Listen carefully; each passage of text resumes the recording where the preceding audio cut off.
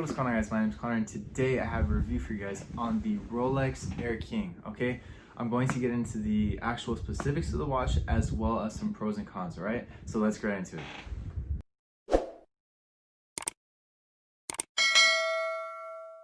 Alright guys, so getting into the actual unboxing of the watch, as you can see, it comes with the classic Rolex box, and you can just take a look at it. It's a tiny bit dirty, some parts of it, and then that part is easily just going to slide off, as you can see, and then you get into this part of the case. Okay, Rolex right here, and usually when you buy this watch brand new, it is going to come with a cover over this to protect this golden crown right here.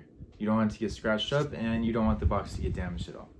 And then you're just going to take this part out, set this to the side, and as you can see, this is the case that's going to hold the Rolex. Okay, and you can take a look at the sides right here, just in case you've never seen a Rolex box. Boom, and then the crown itself. Okay, and now let's get into the actual watch. So as you can see, this is the Rolex Air King, and some of you guys might have not seen this watch before, but first impressions of this watch, you can tell that it is very busy. I guess that's the best way to describe the dial. Okay, before I get into the details of this part of the watch, I just want to tell you guys that whenever you buy a brand new watch, it comes with papers, and this is what considers it a full set. And as you can see, this is the case that I hold all the papers in, and whenever you buy a brand new watch, you're going to get different booklets, such as the Oyster Perpetual Air King booklet.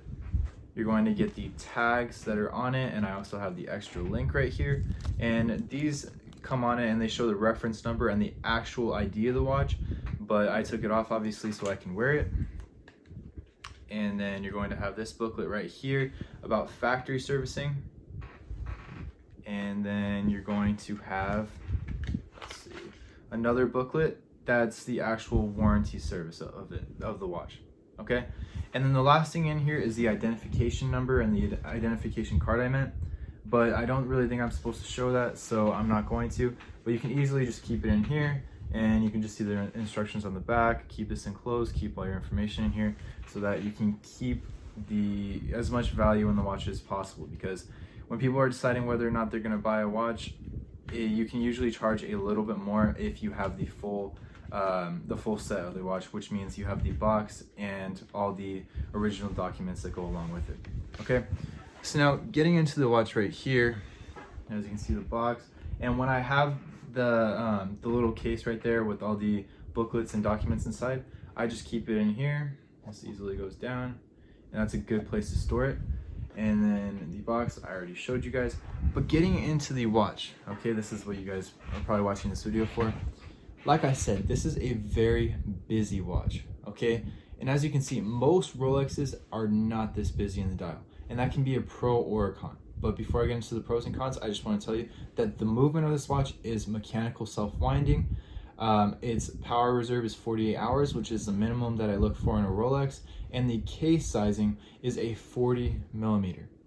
And it is actually really close to the Milgauss, and the case actually is the same as the Milgauss. Okay, it is an Oystersteel, and the glass, as you can see, it is a sapphire crystal. And yeah, just take a quick look. I'll show you guys the bracelet as well. See the Rolex crown right there. Hopefully I'm making this as clear as possible, but I'll be showing it to you guys for a long part of this video. And then you can see the crown on the side, and yeah. And if you guys do have a Milgauss, you guys probably notice that this is really similar to it. And one of the features of this watch that I like, or that's just like a little detail that you'll notice, is it's going to be really, really hard to show you guys, but you guys can probably see that there are little numbers in the back of the casing. The number of it, the 116900, which is the ref number of this watch, is on the inside. And I'll also say Rolex, as well as the actual number of the watch, the specific one. And yeah, hopefully you guys got a bit of a good look at that. I'm trying my hardest to show it to you guys. It's really hard to show, but yeah, in person it's a lot easier to see. And another thing is the only thing loomed on this watch, because this watch, usually people like to compare this with the Explorer. The Explorer is a lot more loomed than this watch. The only thing loomed about this watch is the little arrow at the top. So whenever it's dark, that's the only part you can see, as well as the white part of the hands. okay? So whenever it's dark, you're able to see those, but it's not like the 3, 6, or the 9 are loomed at all. Those you aren't gonna be able to see. Those are actually a white gold, okay?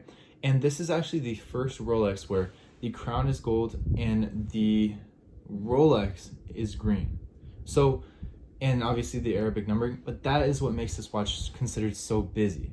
The yellow, the green, the Arabic numbers, the white gold, and the slight lume of this watch. Some people like it, some people don't, but that really divides up the fans of this watch, okay? So getting into the pros, like I said, it divides fans, but if you guys are big Rolex people, you guys kind of know that the watches that are hated a lot at the beginning, those tend to shoot up in value later on. Like the Datejust, for example, not the Datejust, the Daytona, that's what I meant to say. At the beginning, that wasn't the most loved watch, but now it's like you have to give an arm and a leg to get one, okay? I was looking around and you can't really find much for under $20,000, okay? And another pro of this watch is that it is gonna shoot up in value, like I just said, as well as it is considered an entry level watch at this point, okay? So this watch is not crazy expensive compared to Submariners, like I said, Daytonas, and all the other watches. This is considered still entry level-ish, but it is supposed to go up in value, so later on this will not be entry level at all. But this is purely an investment piece for me. I actually have someone that's looking to buy it in the next couple of days, and I'd be making about a $500 profit, so I might do that, and I might just upgrade this watch. But yeah, when you buy Rolex, you're not just paying the money and throwing it down the drain. It could be an investment as long as you're buying smart and shopping smart, okay? So, like I said, another one of the pros is the colors. I do not consider that a con because I believe that it makes this watch so different that it's going to make it shoot up in value later on, okay? But let me know what you guys think. Let me know down in the comments, like, do you guys like the colors? Do you guys not like the colors? Is it gonna go up in value? Is it just gonna stay at around its retail cost-ish? And this watch right here, it retailed at, I believe, $6,400. Yes, $6,400. And the Submariner, not the Submariner, the Explorer that was released the same year, and they usually sell hand in hand, they're very similar, is $100 more. And they say that's because of the lume, but I don't know. Those watches are actually pretty different, even though they look really similar in pictures. You gotta see them in person. I've seen both in person, and they do look different. And one of the differences is actually the case sizing. I would say that this looks closer to the Milgauss than it does the Explorer. I feel like it's a hybrid of the two, okay? And one of the cons, the dial is busy. I know I've pretty much emphasized that almost this whole video, but that could be a pro and a con. This is not the most like classic Rolex look watch. This is actually the complete opposite of that. It's something new, okay? And if you don't mind the Arabic numbers, if you don't mind the different colors, and you think that this watch is something that you're gonna wear all the time, then consider getting it, because like I said, I am a strong believer that this watch is gonna go up in value a lot, okay? And also, a con is not just the color, but the font. There's a different font for the Rolex, there's a different font for the Oyster Perpetual, as well as the Air King logo. And there's different fonts for the Arabic numbers, as well as the white gold 3, 6, and 9. So, like I said, that makes it even more busy, not just the colors, but that is something that you gotta notice, okay? And I'll just give you guys another quick look at the watch. It's definitely gotten a decent amount of wears, but as you can tell, there isn't too much scratching, okay? And that's because it's really well taken care of, as long as you keep it in the box, as long as you're not like going too hard on it and like bumping into stuff, and as long as you take care of it, you should be able to keep this watch pretty clean, okay? And I forgot to mention, this is a stainless steel.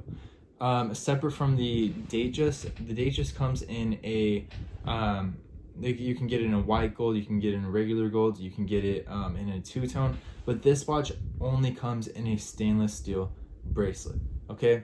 This is stainless steel as well, as I said, 40 millimeter, and yeah.